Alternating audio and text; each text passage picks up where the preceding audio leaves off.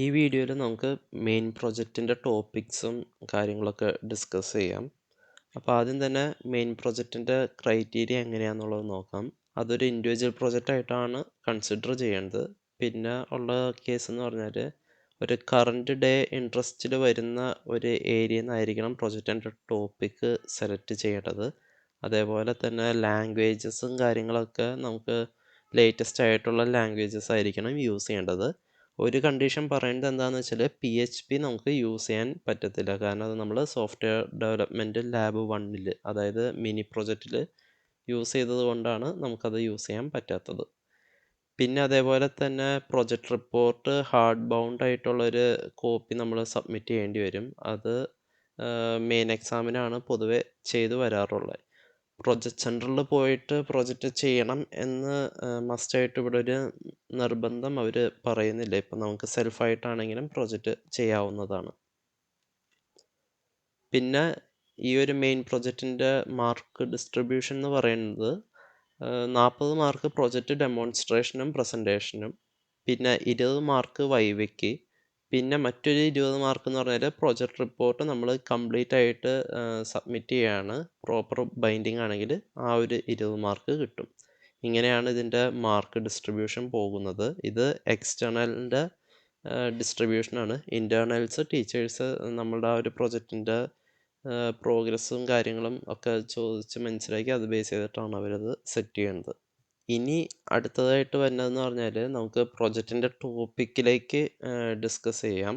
പ്രൊജക്റ്റിൻ്റെ ടോപ്പിക്കിലേക്ക് പോകണേക്ക് മുന്നേ എന്തൊക്കെ languages use ചെയ്യണം എന്നുള്ളൊരു ക്വസ്റ്റ്യൻ വരികയാണെങ്കിൽ അത് നിങ്ങൾക്ക് ഇഷ്ടമുള്ളത് യൂസ് ചെയ്യാം. ഇപ്പോൾ പലരും റിയാക്ട് JS യൂസ് ചെയ്യുന്നുണ്ട്, ജാങ്കോ യൂസ് ചെയ്യുന്നുണ്ട്, ഫ്ലട്ടർ യൂസ് ചെയ്യുന്നുണ്ട്, അങ്ങനെ പല ലാംഗ്വേജസ് യൂസ് ചെയ്യുന്നുണ്ട്. നിങ്ങൾക്ക് ഏതാണ് കംഫർട്ട്, അല്ലെങ്കിൽ നിങ്ങളിപ്പോൾ പ്രൊജക്റ്റ് സെൻറ്ററിലൊക്കെ പോവുകയാണെങ്കിൽ നിങ്ങൾക്ക് അവിടെ ചോദിക്കാം അവർ ഏതാണ് യൂസ് ചെയ്യണമെന്നൊക്കെ ചോദിച്ചിട്ട് അത് നിങ്ങൾക്ക് ഓക്കെ ആണെങ്കിൽ നിങ്ങൾക്ക് അത് വെച്ചിട്ട് പ്രൊസീഡ് ചെയ്യാം.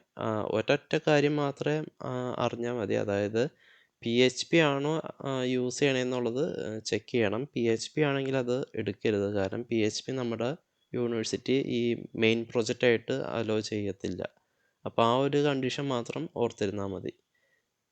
അപ്പോൾ നമുക്ക് ആദ്യത്തെ ടോപ്പിക് എന്താണെന്നുള്ളത് നോക്കാം. ഇൻവെൻട്രി മാനേജ്മെൻറ്റ് മൊബൈൽ ആപ്പാണ്. ഇതെന്ന് പറഞ്ഞാൽ ഇപ്പോൾ നമുക്ക് എന്തെങ്കിലും ടെക്സ്റ്റൈൽ ഷോപ്പ് ബേസ് ചെയ്തിട്ടുള്ള ഇൻവെൻട്രി മാനേജ് ചെയ്യാനുള്ള ഒരു ആപ്പോ, അല്ലെങ്കിൽ ഇലക്ട്രോണിക് ഷോപ്പിൽ ഐറ്റംസ് മാനേജ് ചെയ്യാനുള്ള ആപ്പോ, അങ്ങനെ എന്തെങ്കിലും ഒരു പെർട്ടിക്കുലർ ടോപ്പിക്കിൻ്റെ അകത്ത് ഒരു ഇൻവെൻട്രി മാനേജ്മെൻറ്റ് ടോപ്പിക്ക് പിക്ക് ചെയ്ത് നമുക്ക് അതിൻ്റെ ഓരോ മൊബൈൽ ആപ്പ് കാര്യങ്ങളൊക്കെ സെറ്റ് ചെയ്യാൻ പറ്റും.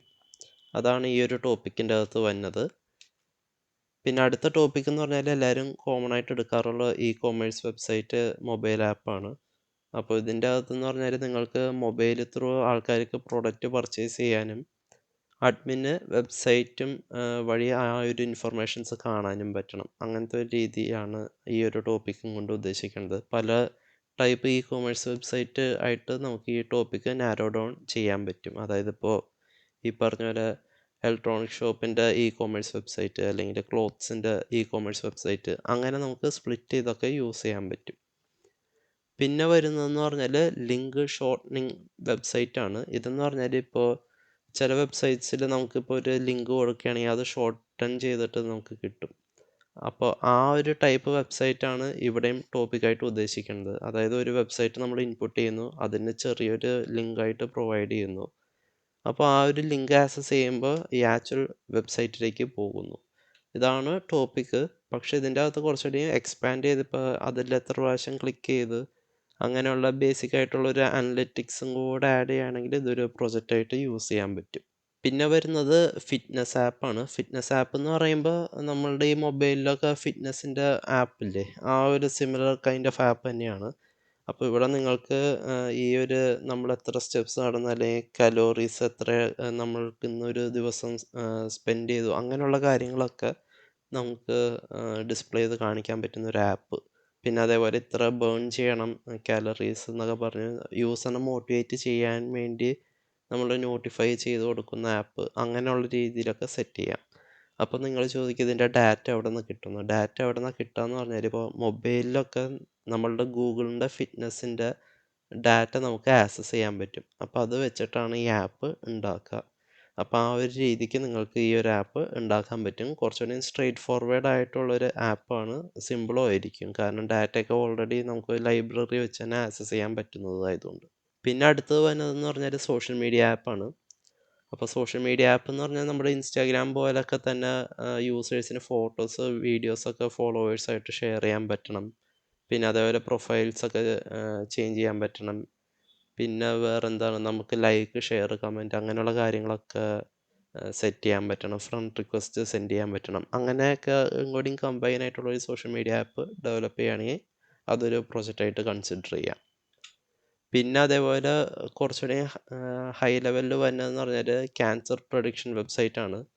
ഇതെന്ന് പറഞ്ഞാൽ ഒരു മെഷീൻ ലേണിംഗ് അൽഗോരിതം ബേസ് ചെയ്തിട്ട് നമുക്ക് ഉണ്ടാക്കാൻ പറ്റുന്ന ഒരു പ്രൊജക്റ്റാണ്.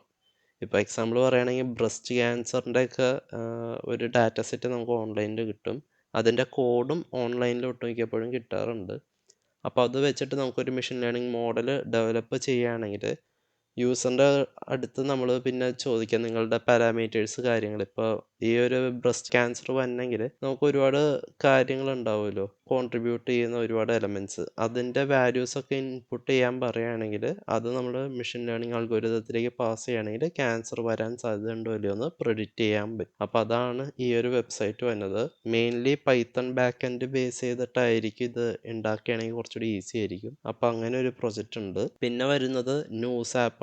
ന്യൂസ് ആപ്പ് എന്ന് പറയുമ്പോൾ നിങ്ങൾക്ക് ഒരു മൊബൈൽ ആപ്പിൽ ഈ പറഞ്ഞ പോലെ ന്യൂസ് ഡിസ്പ്ലേ ചെയ്യാൻ പറ്റണം. ഈ ന്യൂസ് നിങ്ങൾ ഓൺലൈനിൽ ന്യൂസ് നിങ്ങൾക്ക് ഫെച്ച് ചെയ്ത് ഡിസ്പ്ലേ ചെയ്യാം. അപ്പോൾ അതിന് വെബ് സ്ക്രാപ്പിംഗ് യൂസ് ചെയ്യണം. അതല്ല എങ്കിൽ നിങ്ങൾക്കൊരു അഡ്മിൻ സൈഡ് പോർട്ടൽ ഉണ്ടാക്കിയിട്ട് അതിൽ നമുക്ക് ഡയറക്റ്റ് ന്യൂസ് ഇൻപുട്ട് ചെയ്ത് ഒരു ഇമേജ് അപ്ലോഡ് ചെയ്യാനുള്ള ഫെസിലിറ്റി ഉണ്ട്. അങ്ങനെ ഡിസ്പ്ലേ ചെയ്യിപ്പിച്ച് കാണിക്കണമെങ്കിൽ അങ്ങനെയും ചെയ്യാം. ആ രണ്ട് രീതിക്ക് നമുക്ക് ഈ ഒരു പ്രൊജക്റ്റ് സെറ്റ് ചെയ്യാൻ പറ്റും. പിന്നെ വരുന്ന ഒരു ടോപ്പിക് എന്ന് പറഞ്ഞാൽ മൂവി റിവ്യൂ പോസിറ്റീവ് ആണോ നെഗറ്റീവ് ആണോ എന്ന് ഡിറ്റക്ട് ചെയ്യേണ്ടതാണ്. ഇത് ഒരു NLP ബേസ് ചെയ്തിട്ടുള്ള പ്രൊജക്റ്റ് ആയിരിക്കും. അതായത് ഇപ്പോൾ ഏതെങ്കിലും ഒരു മൂവിയുടെ റിവ്യൂ നമ്മൾ ഇൻപുട്ട് ചെയ്താൽ അത് നമ്മൾ ആ ഒരു മെഷീൻ ലേണിംഗ് അൽഗോരിതത്തിന് പാസ് ചെയ്താൽ അത് പോസിറ്റീവ് ആണോ നെഗറ്റീവ് ആണോ എന്നുള്ളത് പ്രോസസ്സ് ചെയ്തിട്ട് പറയും. അപ്പോൾ ഇത് ബേസ് ചെയ്തിട്ട് ആ ഒരു മൂവി റെക്കമെൻഡ് ചെയ്യണോ വേണ്ടയോ അങ്ങനെയുള്ള രീതിക്കൊക്കെ നിങ്ങൾക്ക് വേണമെങ്കിൽ ഇത് സെറ്റ് ചെയ്ത് കൊണ്ടുപോകാൻ പറ്റും. അതൊരു പ്രൊജക്റ്റായിട്ട് കൺസിഡർ ചെയ്യും. പിന്നെ ലാസ്റ്റ് വരുന്ന ഒരു ടോപ്പിക് എന്ന് പറഞ്ഞാൽ എക്സാം ഇവാലുവേഷൻ യൂസിങ് NLP. ഇതെന്ന് പറഞ്ഞാൽ മെഷീൻ ലേണിങ്ങിൻ്റെ തന്നെ സബായിട്ട് വരുന്ന ഒരു ടോപ്പിക്കാണ് NLP. NLPയുടെ ഫുൾ ഫോം പറയുകയാണെങ്കിൽ നാച്ചുറൽ ലാംഗ്വേജ് പ്രോസസ്സിംഗ് ആണ്. അപ്പോൾ സാധാരണ എക്സാം ഇവാലുവേഷൻ നമ്മളിപ്പോൾ ഓൺലൈനിലൊക്കെ ചെയ്യുകയാണെങ്കിൽ ജസ്റ്റ് എന്തെങ്കിലും മൾട്ടിപ്പിൾ ചോയ്സ് ക്വസ്റ്റ്യൻസ് മാർക്ക് ചെയ്യുന്നു, അത് അങ്ങനെ ഡയറക്റ്റ് നമുക്ക് മാർക്ക് കിട്ടുന്നു. ഇതിന് പകരം ഇപ്പോൾ നമ്മൾ സാധാരണ എക്സാം എഴുതുന്ന പോലെ തന്നെ നമ്മൾ ഇൻപുട്ട് ചെയ്ത് കൊടുക്കുകയാണെങ്കിൽ അത് അനലൈസ് ചെയ്തിട്ട് നമ്മൾക്ക് അത് കറക്റ്റ് ആൻസർ ആണോ എന്നുള്ളത്, അതിൻ്റെ ആ ഒരു ആൻസറിൻ്റെ ക്വാളിറ്റി അങ്ങനെയുള്ള കാര്യങ്ങളൊക്കെ വെച്ച് ഇവാലുവേറ്റ് ചെയ്ത് നമുക്കൊരു മാർക്ക് ഇൻപുട്ട് ചെയ്യാൻ പറ്റണം ഓട്ടോമാറ്റിക്കായിട്ട്. അതാണ് ഈ ഒരു ടോപ്പിക്കും കൊണ്ട് ഉദ്ദേശിക്കുന്നത്. അതായത് ഡാറ്റാബേസിൽ നിങ്ങൾക്ക് ആ ഒരു ഒറിജിനൽ ക്വസ്റ്റ്യൻ്റെ എക്സ്പെക്റ്റഡ് ആൻസർ ഉണ്ടാവും. യൂസർ ഇൻപുട്ട് ചെയ്യുന്ന ആൻസറും എക്സ്പെക്റ്റഡ് ആൻസറും തമ്മിൽ എത്രത്തോളം സിമിലർ ആണ്, അതിൻ്റെ ക്വാളിറ്റി എത്രത്തോളം ഉണ്ടെന്ന് ചെക്ക് ചെയ്താൽ നിങ്ങൾക്ക് ആ ഒരു ക്വസ്റ്റ്യൻ്റെ ആൻസർ ഏകദേശം എത്രത്തോളം കറക്റ്റാണ് ആ യൂസർ മെൻഷൻ ചെയ്തതെന്നുള്ള കാര്യം നിങ്ങൾക്ക് പ്രോഗ്രാം വെച്ചിട്ട് ചെയ്യാൻ പറ്റും. അപ്പോൾ അതാണ് അത്. NLP പഠിക്കുകയാണെങ്കിൽ നിങ്ങൾക്ക് ഈ ഒരു ടോപ്പിക്കിനെ പറ്റി ഒരു ഐഡിയ കിട്ടും. അപ്പോൾ അത് വെച്ചിട്ട് നിങ്ങൾക്കൊരു പ്രൊജക്റ്റ് ഉണ്ടാക്കാൻ പറ്റും. അപ്പോൾ ഇത്രയാണ് മെയിൻ പ്രൊജക്റ്റിൻ്റെ കേസിൽ എനിക്ക് ടോപ്പിക്ക് സജസ്റ്റ് ചെയ്യാൻ പറ്റിയത്. വേറെ എന്തെങ്കിലും കിട്ടുകയാണെങ്കിൽ ഒന്നെങ്കിൽ കമൻ്റായിട്ട് ചെയ്യാം, അതല്ലെങ്കിൽ സെപ്പറേറ്റ് വീഡിയോ ചെയ്യാൻ പറ്റുകയാണെങ്കിൽ അങ്ങനെയും സെറ്റ് ചെയ്ത് വയ്ക്കാം.